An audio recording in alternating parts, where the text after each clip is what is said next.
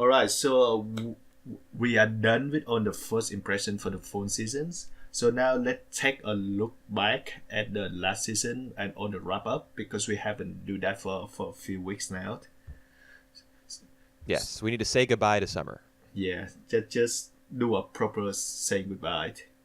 So let's talk about the three shows that we've been covering for the last 3 months. So we stick around for the last 3 months, which is Bannerfish, Review Starlight, and Sirius the Jaeger. Sirius the Jaegers. Let's just tell me first, Whooper, that what show remained your favorite title of the last seasons? Oh man, ugh. I would hesitate to use the word favorite for any of these three series, honestly. Huh. And it really Right. it really saddens me to say that because like when Review Starlight was so hot out of the gate, Yeah. but to me it just fell off as time went on. You know, I think a lot of people still hold this show up as like one of the darlings of 2018, and you know they're probably right to do so because it was so like fresh and so exciting at many points throughout its run. If I had to say which of these three was my favorite, like gun to my head, I would say Review Starlight. All right. But favorite is not really, at the same time, favorite is not the word that I would use to describe it. All right. How about you? What was your favorite? Well, I will say that it's Review Starlight. It's like the only one show that will be on my recommended list. The Silver Moon stuff, but Right, on your blog. Link on in the my blog. description. Nah, sorry. So It's going to be in there.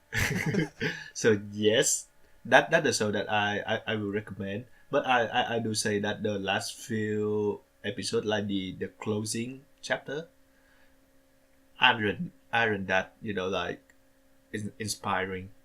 It's its job, but it's still where feel it's just solid enough. It doesn't wow me. So do we want to talk about like Review Starlight first? Yeah. We The final episode and then the thoughts on the show overall, I guess? Yep. That basically what we're doing right now. Yes. Okay. So, dude, how did episode 11 end? That was the one with Karen going down the steps Yep. into the basement dueling area, I guess, through that door. And all the girls, like her memories of all the girls were accompanying her down the steps, kind of. Yep. So that's episode 11. Right, and then that leads into this one. Hold on. Do they have like 12 or 13 episodes? Review Starlight was 12. Yep. So that's episode 11. That's the one before the final episodes. Right, and so in this one, we spend about half of our time in Hikari world. Yeah, the world that she creates when she refuses to let the giraffe consume all the brilliance or the passion of the other girls. She creates that world of like pink sand for herself. Yep. That keep destroying and she keep building it all over again. Yeah. That kind of sad visually. Like the idea behind that I can get behind. Yeah. But it's not that that it's not something that I will like thinking back and like feel emotionally attached to it. Yeah, I was really wanting some bombast. I really wanted like a big duel of some kind. They do have of course duel. That's what I've been. Well, yeah, they do, but it just pales in comparison to some of the ones that have come before. Agree. It's not animated with the same like finesse as the ones that we got earlier in the season, or even episode whichever one was Hikari versus Banana. Yep. That duel was godlike. This one was more. I don't know. I honestly I can't even call it to mind like the beats that they went through in the fight. I can't really bring it up in my memory. So we basically have the two parts of that duel. One is Hikari actually beat Karen, and then Karen raised back to life, and she beat Hikari then. Oh, wasn't there like some gigantic pit? Or there was like a gigantic hole in the ground or something? Is it? I don't and really remember. And Karen like jumps into it like going after Hikari, kind of. Yeah, maybe. And then we get the transformation sequence again, where her crown falls into like the molten lava, and we see the costume being created and all that stuff. Yep. Yeah. Yeah. And The that, the thing that yep. the thing though is that Karen, that's supposed to be Karen like saving her, because it's true. Yeah, you brought that back to my memory. She does. Hikari does defeat her, Mm-hmm. and then Karen kind of, she calls herself back Mm-hmm. so that she can remind Hikari of their bond, which then prompts Hikari to be like, oh well, we're breaking out of here, and we're gonna be stage girls together and stuff. Yep. But the thing is, that's like a story beat and an emotional beat that we've experienced already, because Hikari was kind of like lost in London at the Royal Academy. Yep. Until she rediscovers her passion Mm-hmm. by like via her memory of Karen. Yep. So now we're experiencing that same exact thing happening again in the finale. Like as I was watching, I was just thinking, I've seen this before. This is like Hikari and Karen have a strong bond, and it lets them overcome all the obstacles. Yeah, that's basically what the climax was all about. And that also something that I feel a bit underwhelming, because yes, like you said, we already seen it before. We already experienced that before. Yeah. On the other hand, we have like the giraffe talking about his role. That he just like an observer. He's just like the people who watch, like us, the audience. Right. Yes, we've been speculating a lot about what part exactly the giraffe will play, if he'll ever be more than just a spectator. And so they drew a like a connection between him and us. Yeah. Watching. And that I kind of feel as though there was like an implicit criticism there, that we as the audience are kind of allowing the stage girl's suffering to go on. We're like the same way that the giraffe is doing it. He as we watch and as we like cheer, for our favorites, and we encourage that sort of individualistic competition for there to be like a battle for the top star, we're actually harming everyone. We're like actively damaging everyone who's involved. Damaging? Yeah, because we're like in our like fervor for the Takarazuka production, like the idea of stage girls competing to be the best. Yep. As the audience, the group of people who enable that competition to go on, we're actually hurting them. We're hurting all the girls who are involved. And this actually extends to like real life Takarazuka theater. Yeah. I think the show was also criticizing that. Well, I just a bit contradict to you about that, because I don't think it's at the purely negative feeling. Because I think like us as the audition and our expectation, it actually sometimes does the positive effect for them in order to reach to be the top star. So it for me, it's like on this kind of influence, like all the bad thing and good thing that make them the way they are. So it's just like we are one of the components that they have to, like they have to acknowledge. They have to know that we are something that, affecting them. You don't think that the show was more like you don't think that you don't think that the giraffe was put into like a pretty negative light in this episode for just kind of standing back and observing and kind of like egging on the girls' competition? All right, not really. No. Huh. I still think that he an observer, and as an observer, he doesn't really make any positive or negative impact on the girls. Huh. Okay. Yeah, I definitely don't agree. All right. I doubt that I will ever rewatch it to find out. No. To confirm my suspicions. But I felt pretty strongly that well, I already said my whole thing about it. Yeah. Well, so what else? What else about this episode? Anything else about this episode in particular? Oh, the other girls were like hardly relevant. They barely mattered. That's what I want to get to. Yes, they hardly Okay. relevant anymore. Just Were that. were they even ever actually relevant, or was it just like Hikari and Karen go fight Well, win stage girls the whole they time? they relevant on their all episodes, and that's it. I especially for Kaoru and what's Futaba, which I hope you still remember who they are. Yeah, blue hair and red hair. They were the most expendable members of the entire group. Yep, They're the least important. yep, that's right. uh, So yeah. yes, because you have anything to talk about? So or we will sum it up. The the pink sand hell place that Yep. Hikari was in, Uh huh. like the big tower made out of stars Mm-hmm. that she would climb onto. And then she would just get like knocked back down by the gigantic star. Yep. You know, here actually I want to back up my earlier assertion that like we're being criticized as an audience and the giraffe is being criticized as a like an inactive observer. Uh-huh. Uh-huh.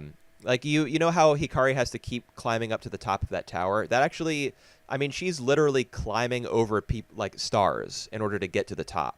Mm-hmm. Mm-hmm. So that kind of puts me in a mind of her like climbing over the dreams of becoming top star. That tower represents all the like the girls that she has to like push them down Mm-hmm. in order to elevate herself to the top. Yep. So that's like kind of the struggle that all the stage girls are going through represented in one action, like her ascending to the top of that tower and then just being knocked down over and over. Mm-hmm. And so it's like it's very violent when you think about it. Like she's using the dreams of other people to be the best, to be a star as stepping stones to reach the top, and then she gets knocked down. Then she has to do it all over again, and we're watching all that happen. Yeah. But on the other hand though, she actually doing that just to serve all the other girls. So that all the other girls can be alright without losing any of their radiance. And her just doing on these, like on the loops, on this useless loop all over the game. She keeps quoting the Starlight play, maybe like the script or the novel on which it was based or something. Mm-hmm. She keeps quoting it over and over. Yeah. And then until Karen comes in and like breaks the cycle. Yep. So the gigantic star like knocking her down, kind of like a wrecking ball. It makes like the wrecking ball noises. mm-hmm. The giant star, I think, represents the very concept of there being a top star. Mm-hmm. It doesn't represent like the top star itself. It just represents the idea that only one person can be at the top, Mm-hmm. and once they get there, they just get knocked back down because the competition is like unending. It just keeps going and going and going. Yep. And she's like, you know the story of Sisyphus? Of what? Sorry. Sisyphus, in like Greek mythology. I don't think I know. Okay, he was sent to hell, and his punishment was you're gonna have to roll a boulder to the top of a hill All for right. your entire life. Like once you get to the top, it's just gonna roll back down, and then you have to push it up again. All right. Huh. And the reason he was given this sentence was because he was like too ambitious and like too narcissistic, too prideful. Mm-hmm. Mm-hmm. So that's exactly what's going on with Hikari. Like she's having to get to the top of that tower and then getting knocked down over and over like that's the punishment for her sin of ambition. Mm-hmm. All right. So that's a connection I made. Yep. All right. Do you want to sum up or to wrap up like what your thought about the show as a whole? I was real excited for it at the start, and I don't think the show did enough with its other characters. In fact, I think the number one weakness of the show, I can say pretty confidently, is its characters. Yeah. I think that the characters are just meant to represent, like the ideas of like like Karen represents, cooperation, and Hikari represents like ambition, and some of the other girls, like Tendo Maya, for example, she just represents like unyielding strength. and Juna represents like Courage. kind of do you think courage? I Yeah. was gonna say like desperation because she's so desperate to pass Claudine and Tendo Mm, Maya. yeah. Well, that as well. I just don't feel as though the girls or their relationships with one another are like that developed, and I feel as though the dialogue in the show is kind of it's all very airy and very conceptual, and it's more about like just a general sense of camaraderie and also of competition for the top star spot. Hmm. And I don't know, we don't get into the like the nitty gritty of their lives. It's not that kind of show, It's not that and kind of show. but I do all the same. I do feel as though that was like its particular weakness. All right. For me, the strength of the show is the individual. So it tell a lot of things that you need to know on the way that it is built up, on the way that it put everything into the visual storytelling. So there's a lot of symbolism. There's a lot of motif.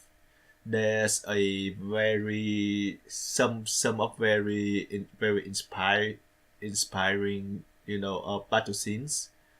Yes, I agree that on for character themselves, at the end of the day, they don't feel like your full fledged characters.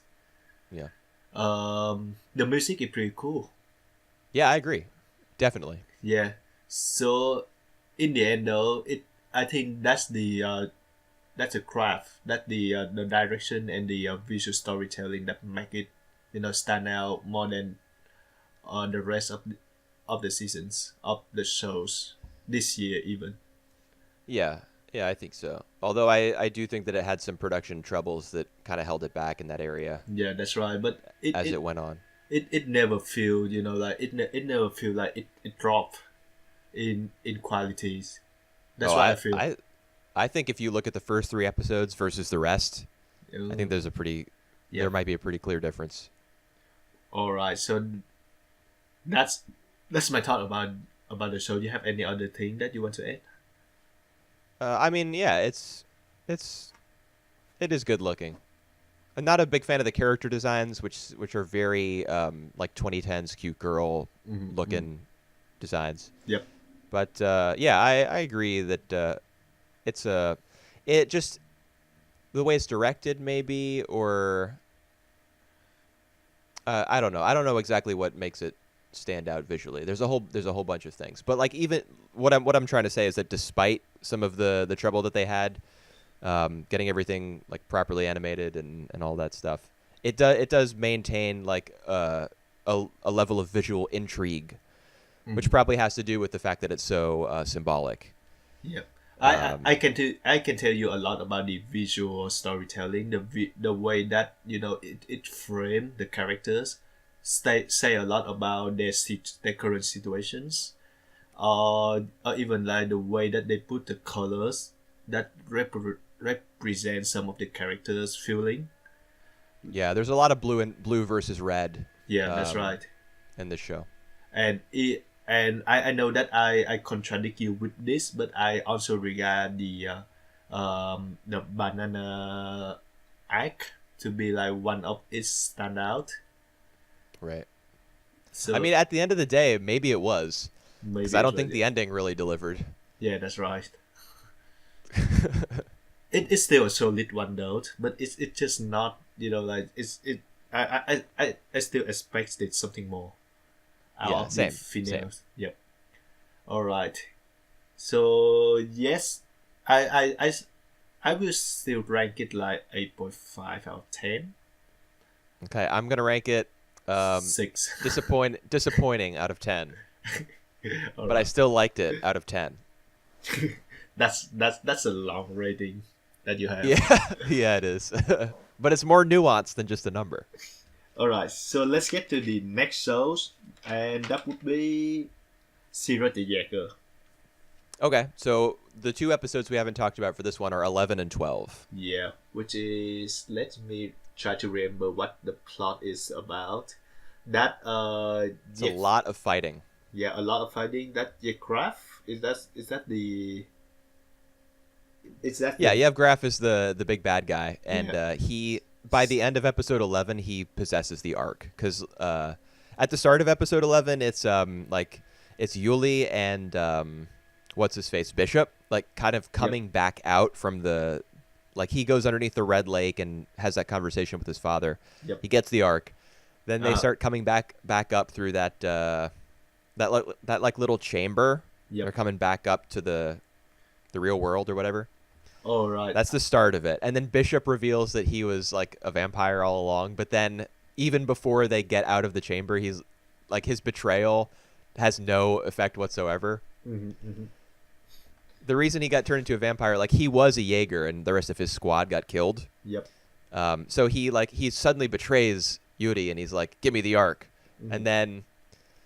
And then Yuri's like, "I already knew you were a vampire. You should still be on my team because I'm a good guy." Yeah. And Bishop's like, "Oh yeah." No, because I can see through you. I can see through all your pains and you know what? Be yourself. And he's like, oh Yeah. yeah. I know, but I was kind of mocking that idea by oversimplifying it. Because the fact that he was a vampire had almost no bearing on the story whatsoever. Yep. Because that whole thing is resolved before they even get back up to the like the snowy mountain where all the bad guys are. All right. So can you tell me that what exactly is the Jaeger team that take from the Dogville? Is that like the second serious act? Yeah, you're talking about like the other orb Yeah, that yeah. the That's right. professor and the other Jaegers take from Dogville, and you remarked that it was like way too easy to get it because Yeah. all they had to do was like push some stone buttons and turn a thing, and they got Yep. in there. Yeah, that's right. That's right. Yeah. Yeah. The way that the show explained it was whatever it is that the professor got from Dogville, whatever that second orb is, it somehow like kind of merges with the Ark itself and makes it easier for one person to control its power. Huh. So it's literally just a plot device. Yeah. Huh. That's all it is. I still don't get it at all. You know, like for the act being so protected that no one could ever touch it.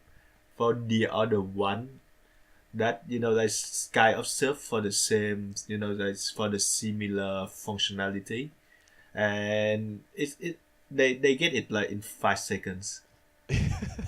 Underground, like the big Yeah. underground. That's somehow the vampire just like forget to to even go down there. God. I mean, how could they ever discover that you just have to push like 3 stone buttons and turn a thingy? And It's just too smart for them. They need Ash. yeah, that's right. Yeah, that's exactly what they need, dude. Gosh. Oh my god. Can you imagine Ash in this show?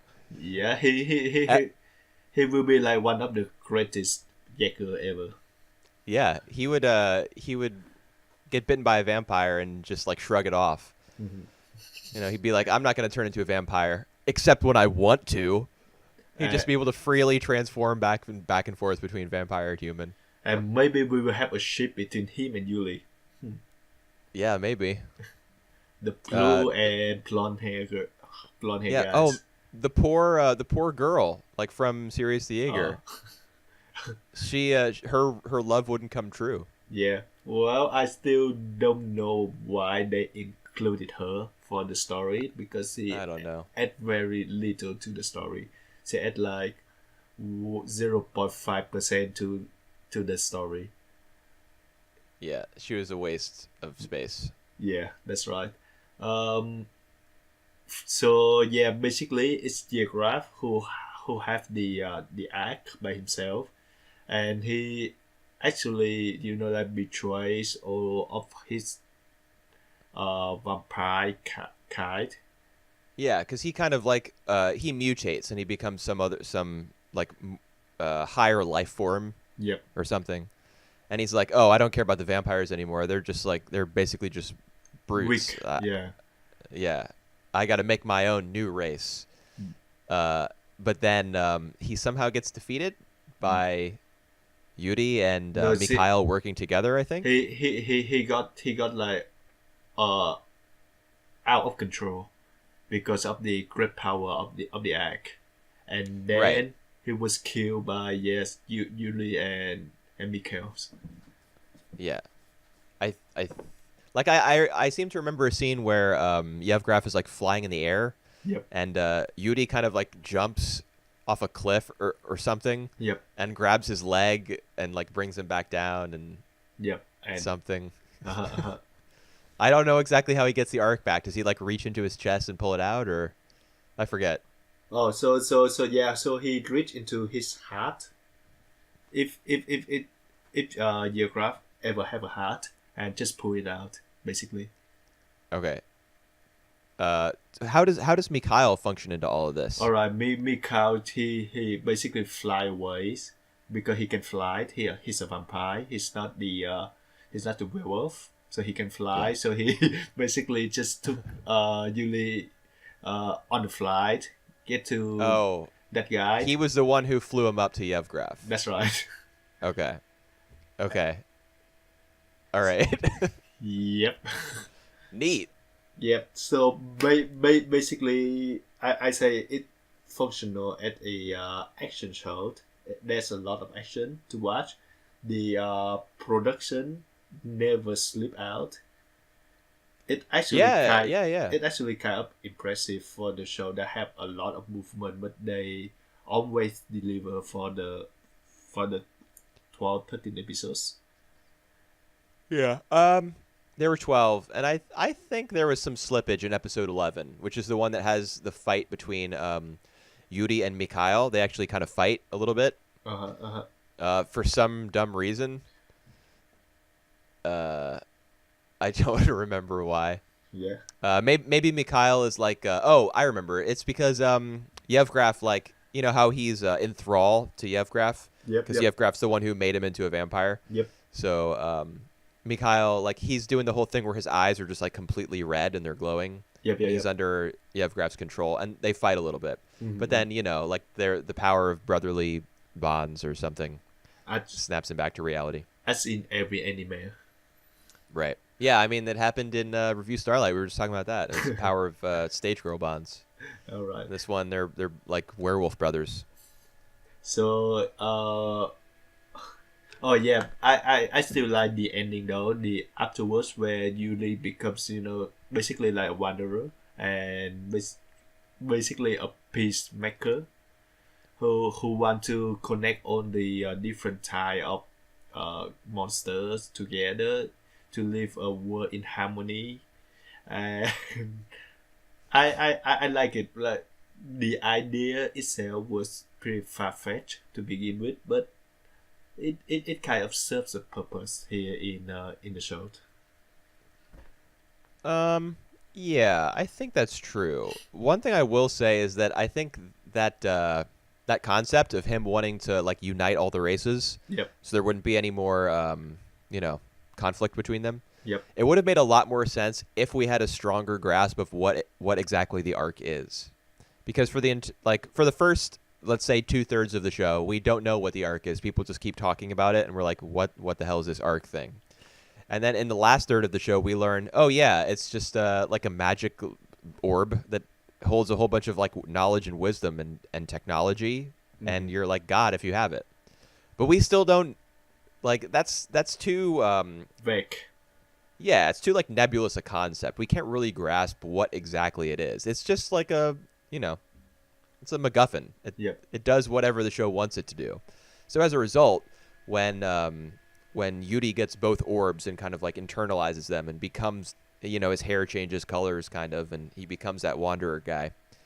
And he's accompanied by like the vampire girl, the one that didn't get turned to dust. Yep. Yeah. Because Yep. her sister dies, but she's still alive.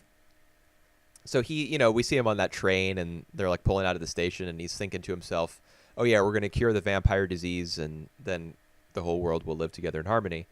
We still don't totally understand what exactly the arc is going to allow him to do.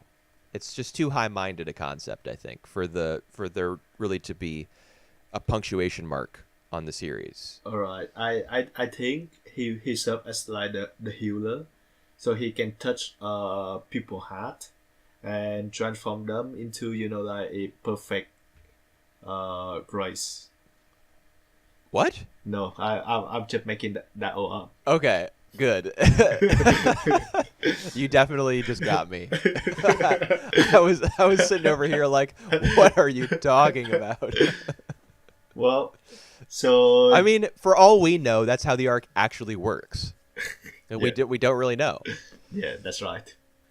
So basically, it's still the show. I still don't regret watching it. I still think that it's like a better options. It's like a better show out of the last season that we watched.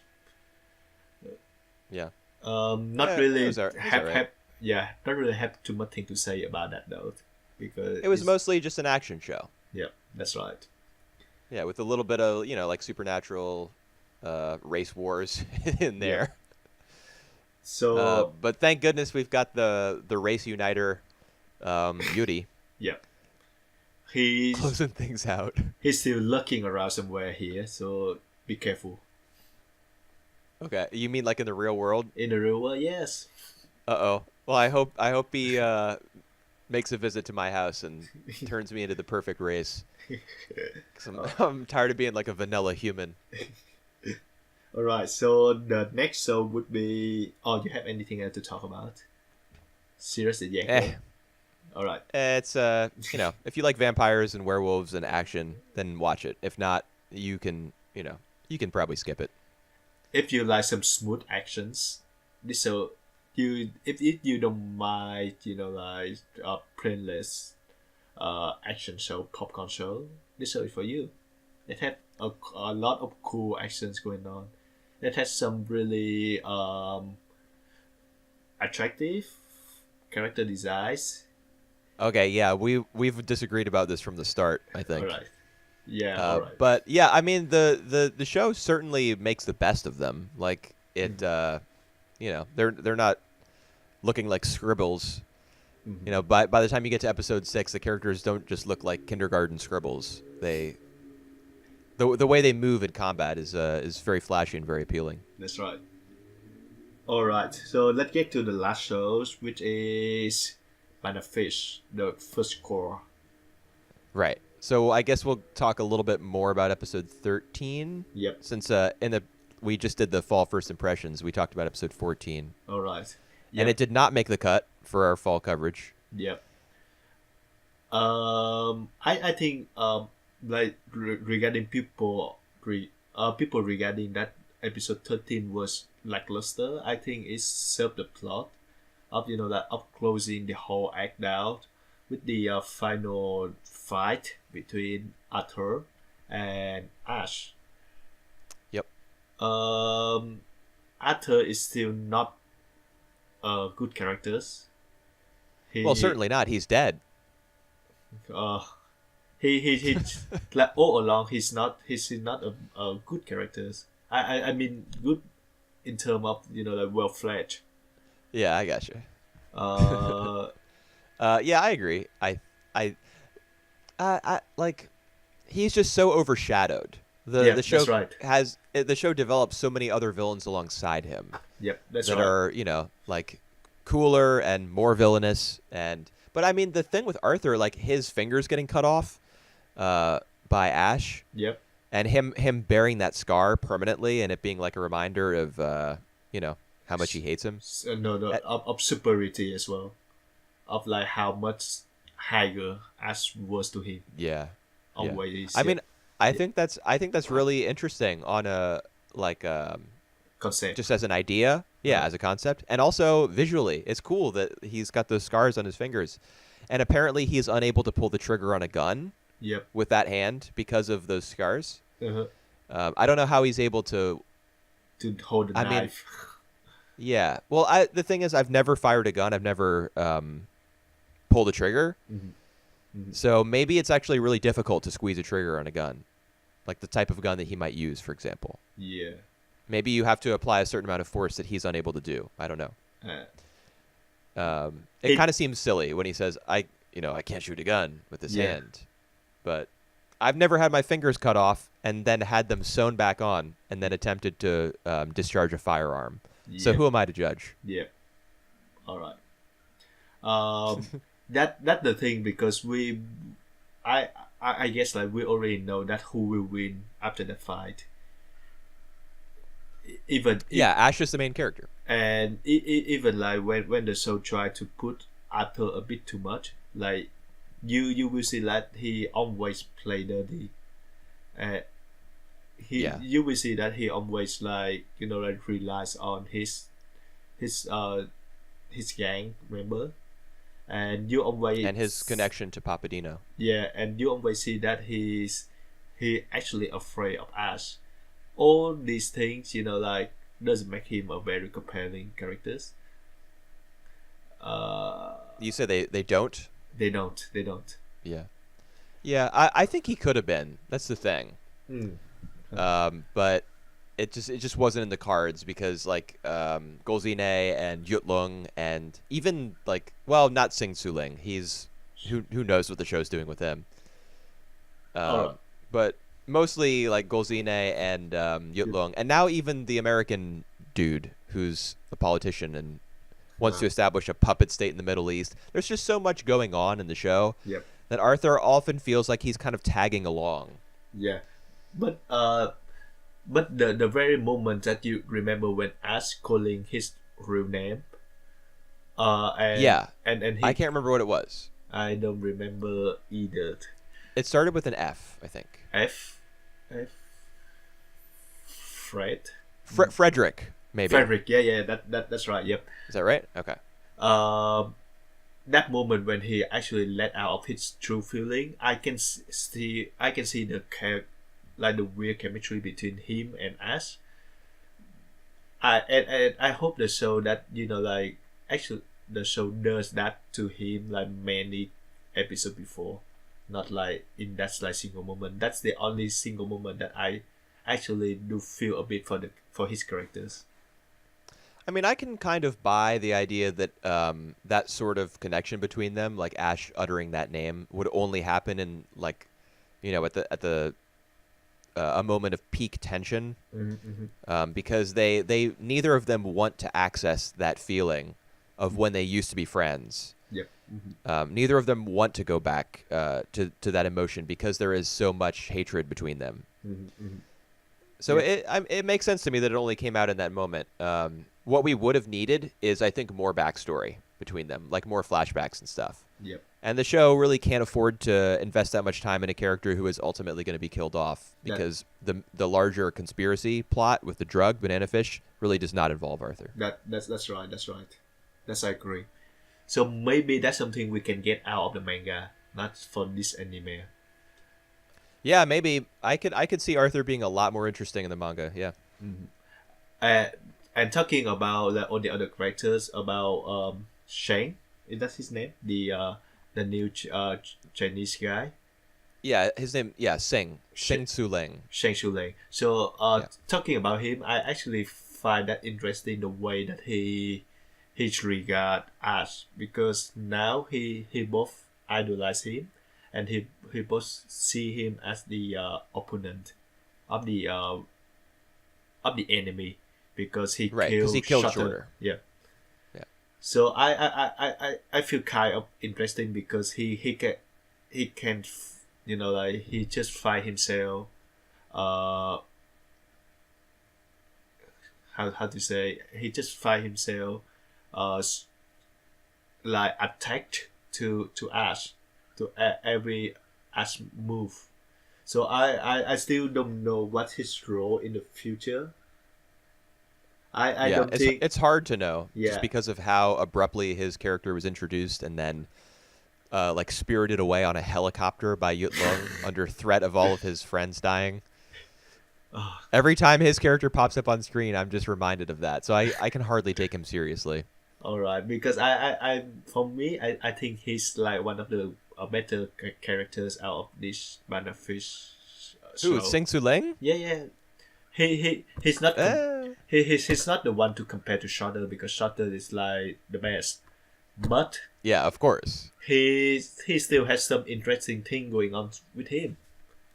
So I don't think I really agree. all right, because I don't yeah. I don't think his interest in Ash really makes sense. I kind of feel as though that's being thrown in my face, and I like stuff down my throat, and I really don't want to eat it. I think it tastes gross. Just get some butter, man. Oh, I've got a gigantic jug next to me right now. It's not working out. I still do not want to eat this gross meal of Sing Su Ling being really like weirdly attracted to Ash somehow. It's not really. I can see the way. I can see that actually, but yeah, I still find him as one of the more interesting characters. Okay. All right. I think that's it for me about Banner Fish for the last two episodes. So I still I want to say something real quick about Yep. episode 13, the knife fight. Um, Yep. I thought the gunfight on the train, like the big shootout, was like really sloppy looking and implausible Yep. and kind of dumb. But I thought the knife fight looked pretty good, and I enjoyed the final confrontation between Ash and Arthur. Mm-hmm. You know, as little power as there was behind Arthur's character, Mm-hmm. like in terms of narrative thrust, there was not a lot there. Mm-hmm. I still did enjoy that scene, and I really enjoyed that Ash after he like brutally he like severed his carotid artery, I think, in his neck, which caused the blood to spray everywhere. Yep. It was like a horrifying murder. Mm-hmm. Maybe murder is not the correct word, but it was terrible what happened. Just like on a human level. And Yep. so then he sees AG in the crowd, and he is like he's practically in tears. He's like, I don't want you to see me like this. Mm-hmm. Mm-hmm. I thought that was a really Powerful. interesting moment. Yeah, well, it could have been powerful if in the very next episode, AG had not thought to himself, what did he mean when he said, I don't want you to see me like this? Do you remember that? Yeah, I do. Yes. When AG is like, what did he mean by this? Nah, That just like sucks all the drama completely out of that scene for me. Like, AG, what you suck so bad. You're like ruining this show. you know you know the feeling when you actually try to talk your heart out, when you actually like explain all of your feeling, and the other just don't get it. Yeah, the other person's like, what did you mean by all of that? All right, that's just a whole waste of of effort. Yeah, I mean that scene was kind of cool because like even when it shows Ash like in victory, Mhm. like having beaten one of his biggest foes. He's still in pain. Yeah, exactly. Like he's a cursed figure. Even when he wins, Yep. he has a crowd of people who are like cheering on the fact that he's just committed this terribly violent act, Mhm. and he himself is feeling like emotionally beaten. Yep. So I thought this episode was more effective at communicating the idea, like pushing the idea that Ash is kind of living a cursed life, Mm-hmm. because it's gone for that angle in the past, but never as effectively as it did here. But then AG just has to go and press Great. the rewind button. All right. Another note is that if we take that episode 13 instead of 14 for our first impressions, I think I will pump this up, Banner Fish up for a few notes. Huh. Okay. So- I put it 8th, and Yeah. you put it 9th. Is that right? Yeah, let's see. I think that's right. I put it 8. Oh, I put it. Oh, sorry. No, you put it 9th. You I put put it rewrite 9th. it 8th. Yep. Yeah, yeah. So how far up would you move it from 9th? Maybe about 6 or 7. Okay. I think I might move it from like 8 to 7 and maybe even 6. Yeah. Yeah, maybe I might put that before Plymouth to you. Okay. So Yeah. yeah, it's Well, maybe you're 6. lucky. You're lucky then that Banana Fish did not overtake Zombieland. Uh-huh. Because if I had put it 6, I would knock Zombieland down to 7, and then we would be doing double decker instead of Zombieland. So yes, I'm glad that we take Yeah. episode 14. Thank you, AG. He's actually the hero of the fall season. Oh gosh. So yes, I after watching that show until the end. You're gonna watch Banana Fish to the end? Yep, I will.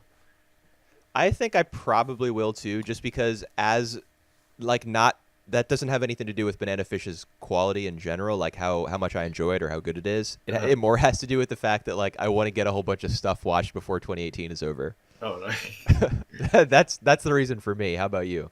Well, I feel interesting to this story, especially to ask how he like ne- neg- how he's like dealing with all this. Yeah.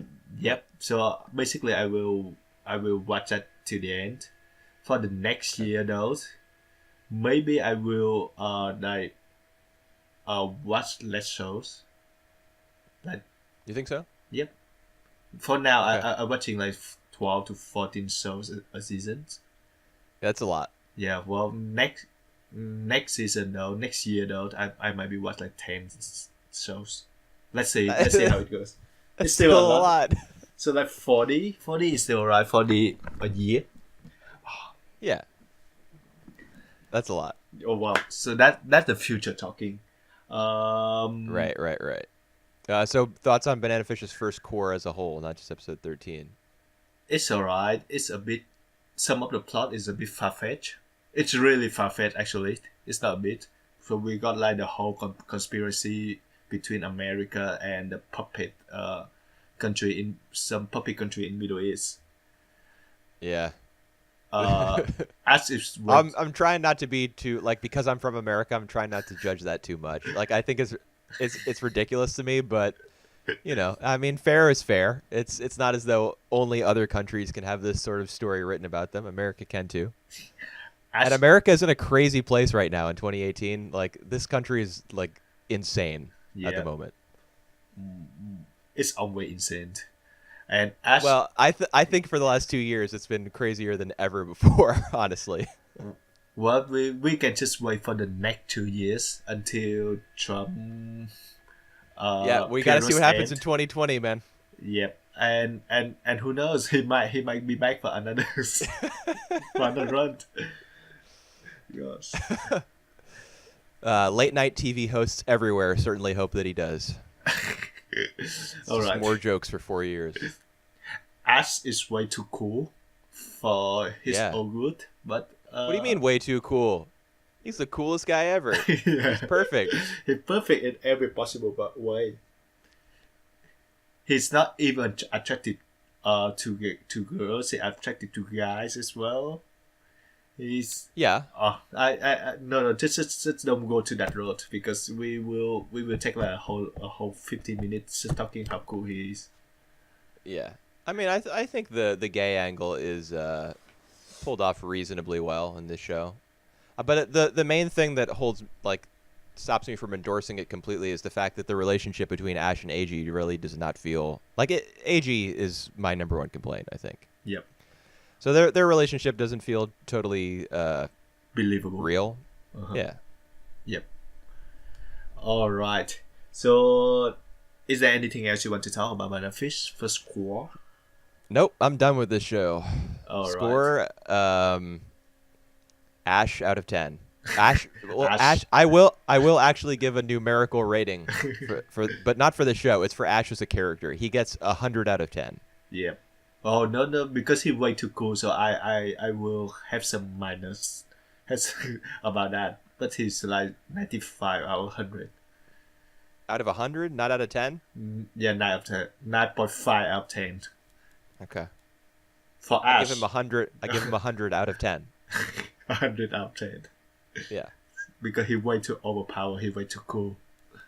No, he's not too anything. He's just the right amount of everything. Wow, right. number one anime character in history coming through. All right.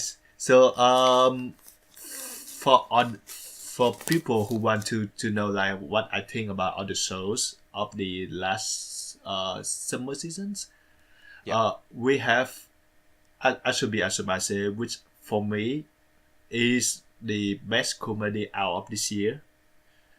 It's hilarious. It's like every single week has some of the lines or some of the situations that make me just laugh out loud. it's inconsistent as a whole though. So some of the skit are better than the others, but like overall it's sharp. It have like all these main characters that worth spending time with, and it had like some of the best voice acting that the best young voice acting that emerged for this year. So people, you can give it a watch. Another You show. haven't seen Pop Yep. Team Epic, right? You didn't No, watch no, that? I haven't watched that. I have like the first two episodes. All right, just checking. All right, because for you, it's like your best comedy of the season, right? Of the Yeah, year. but I do plan on. I tried one episode of Asobi Asobase. Yep. I laughed like a crazy person for the last 5 minutes. All right. Everything that came before that, I was like, meh. But I do want to retry it. Yep. I've heard lots of nice things about it, including the praise that you just gave it. So I do plan on trying it again. All right, let's try it because it's like one of my. I actually gave it the same rating with a Devil May Cry Baby. Oh, okay. That's pretty high praise. Oh yeah. Crybaby was pretty good. Yep. All right. The next show that I want to talk about is Planet Wit, which is for our Whooper is like the whole mess. Yup. But for me, I like that. I like the idea of like thinking of this show as like the pancakes. So every episode is like on top of each other's to build like something totally unexpected. Wait, what's unexpected about putting pancakes on top of each other? That just makes a stack of pancakes. That's not unexpected.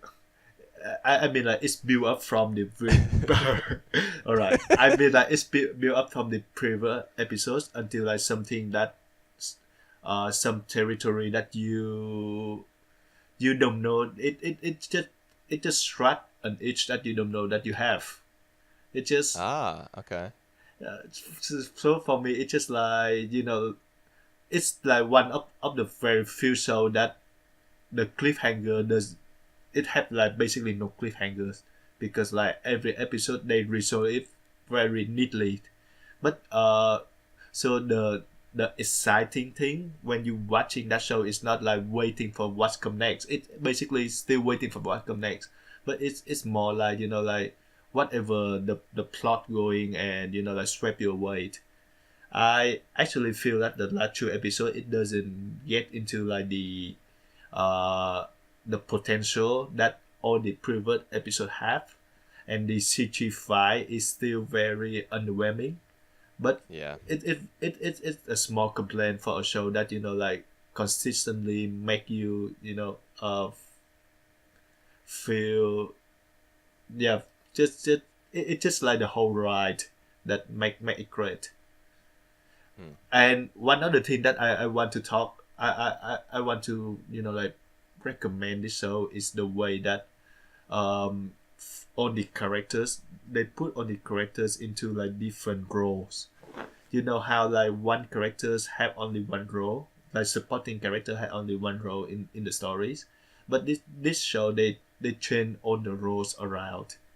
So because of that, the character has like some like character developments, and at the end of the day, it's a good ride.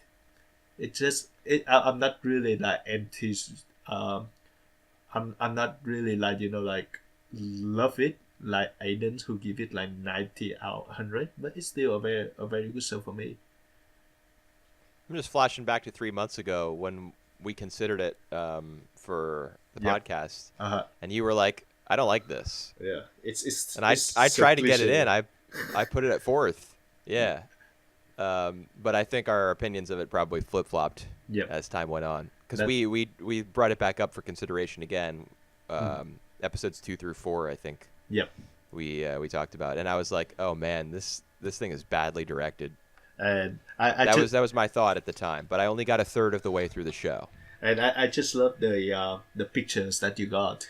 Yeah, He's me and he's that level of coherent. yeah. Like the city on fire was its level of coherence. Or Yeah, as I mean, I don't think honestly, I don't think I'm gonna go back and watch that one. yeah, But people have been heaping praise on it, you yeah. know. Well, So there's something about it, I'm sure, that is worth checking out. well, me included.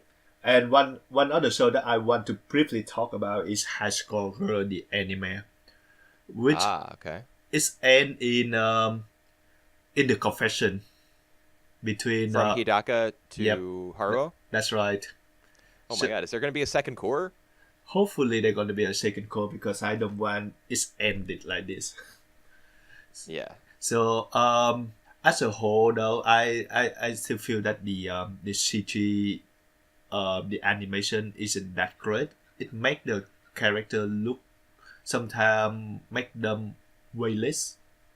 So you don't Yeah. see the gravity whenever they move. The character expression isn't that great either. So I still recommend you reading the manga more than watching the anime.